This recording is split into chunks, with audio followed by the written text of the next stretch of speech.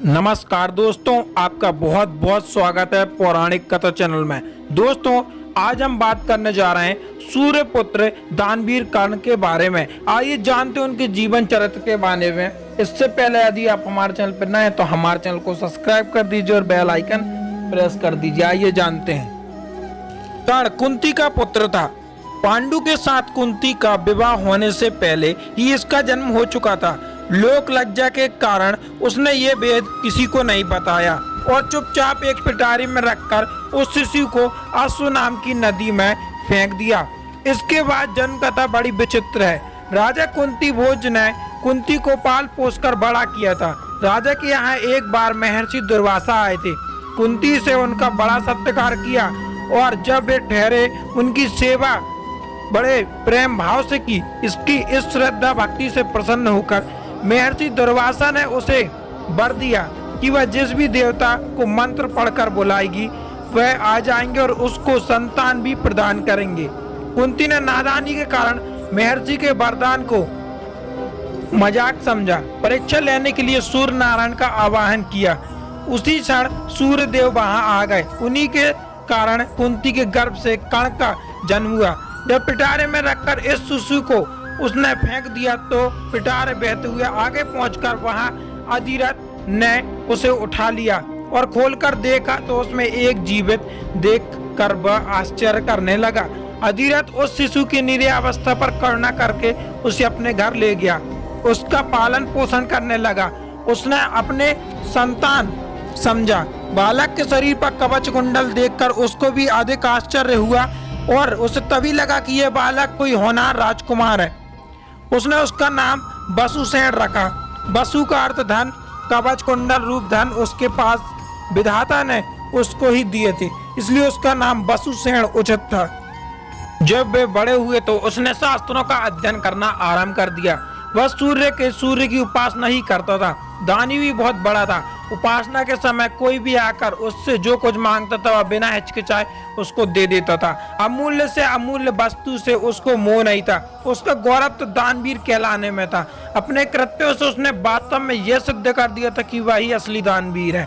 उसके समान दानी कौरव पांडवों में कोई नहीं था। इसका परिचय तो हम उस समय मिलता है जब इंद्र ब्राह्मण के वेश धारण करके उसके पास अमूल्य निधि कवच कुंडल का मांगने गए थे। उस समय कर्ण ने देवराज का स्वागत किया और शहर से अपने कवच कुंडल उतार कर दे दिए। दान करते समय अपने हित या अहित का विचार वह नहीं करता। यद्यपि सूर्य भगवान पहले मना कर चुके थे कि वह इस कवच कुंडलों को दान किसी भी को भी ना दे, लेकिन दानवीर कर्ण की किसी याचक को निराश करके वापस लौटाना तो जानता नहीं था। कर्ण के इस साहस के कारण ही उसका नाम बैकर्तन पड़ा। यदि इस कवच कुंडलों को वह नहीं देता तो कोई भी योद्धा उसे परास्त नहीं कर सकता था। इंद्र ने अर्जुन के हित के लिए इसको मांगा था, क्योंकि उनके बिना अर्जुन कभी भी उन्हें नहीं हरा सकता था। फिर भी उसके लिए इस अद्वितीय गुण से प्रभावित होकर इंद्र ने उसे एक पुरुष घातनी अमोघ शक्ति दी।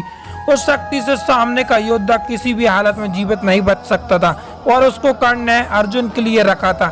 श्री कृष्ण ने चाल चली और कर्ण की उस शक्ति को घटोत्कच पर चलवाकर अर्जुन के जीवन पर आए खतरे को सदा के लिए मिटा दिया। घटोत्कच जो आकाश में विचरण करके कौरवों पर अग्नि वर्षा कर रहा था और उसने जिसे एक बार विचलित करके रख दिया था। यदि उसमें भी यह अमोघ शक्ति का उपयोग न होता तो बहुत वो विनाशकारी हो सकता था। के पराक्रम में धब्बा लगाने वाली बात एक यह है कि वह कपटी भी था। वह सदा सत्य और न्याय का ही आश्रय नहीं लेता था। उसने अल्पवयस्क राजकुमार अभिमन्यु को चक्रव्यूह के भीतर औरों के साथ मिलकर बद्ध किया था। उसी ने उसके धनुष को काट गिराया था और फिर उस निहत्थे बालक पर 6 महारथियों ने मिलकर आक्रमण किया था, जिनमें से एक वह भी था। निहत्थे बालक की हत्या करने का अपराध सदा उसके चरित्र में के जीवन में लगा रहेगा। इसलिए इतना पराक्रमी होने पर भी कर्ण अर्जुन की तरह महापुरुष की कोटि में नहीं आ सकता। उसका हृदय कलुषित था।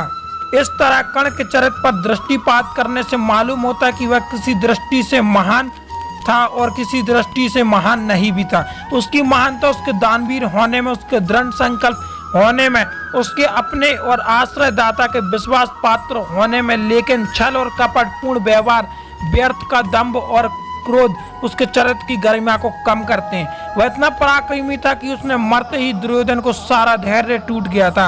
अब उसे अपनी पराजय की आशंका निश्चित लगने लगी थी और वह हुआ भी।